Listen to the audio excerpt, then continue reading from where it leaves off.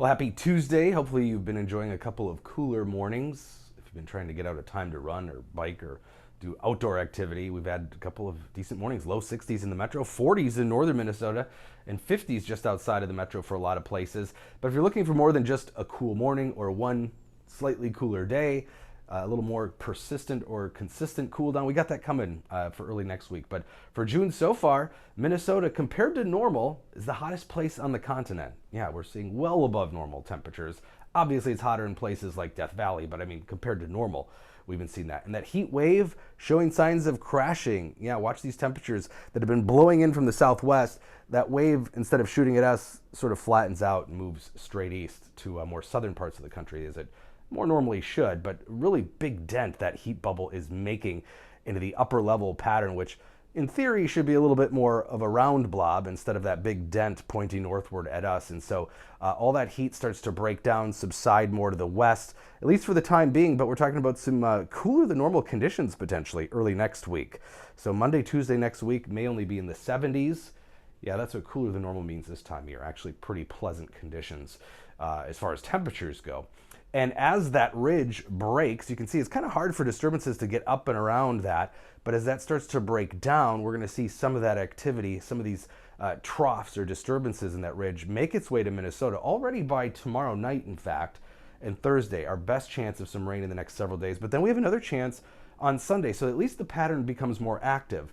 Can't guarantee a widespread soaking for everybody yet, but more of these disturbances around starting tomorrow night, maybe a few thunderstorms, and then again redeveloping potentially late Thursday.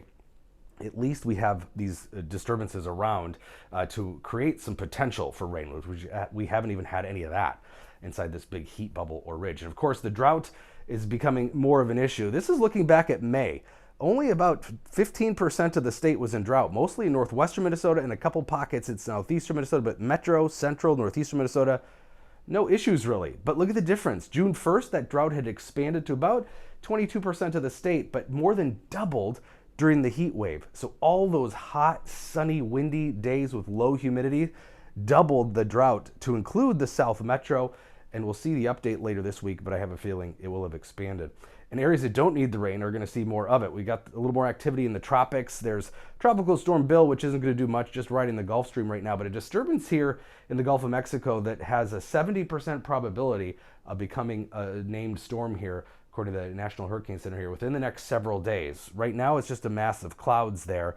There's Bill, you can see the remnants of, but we'll be watching that pile of clouds here in the Gulf of Mexico as it slowly moves across very warm waters in the Gulf of Mexico, and it looks like it's headed towards somewhere Texas, Louisiana coastline here by the end of the week or the weekend. And the biggest issue will be more flooding rain, but they're already a foot above normal for some spots there. So again, this is showing that 70% chance of cyclone formation from the National Hurricane Center. And it is hurricane season, so you expect to see some of these things, but very warm waters where that system will be moving. These dark brown areas are 85 degrees or warmer surface water temperatures, which are the fuel for hurricanes and tropical storms. And when we compare it to normal, yeah, most of the Gulf is seeing warmer than normal waters, and so that's more energy than normal available to these tropical storms and hurricanes. So we'll have to keep our eye on that.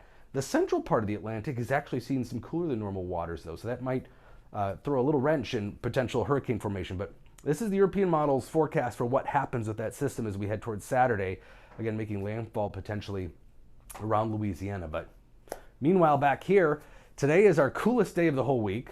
Still 83, still above normal, but 90 tomorrow. Into the 90s, I think Thursday. It will kind of depend on how many clouds are around from those overnight storms Wednesday night, and then redevelopment of some storms later in the day. But then we gradually start to cool down. A pretty pleasant Saturday. Next chance of some storms on Sunday. And then, as I mentioned, looking further ahead, 70s for early next week.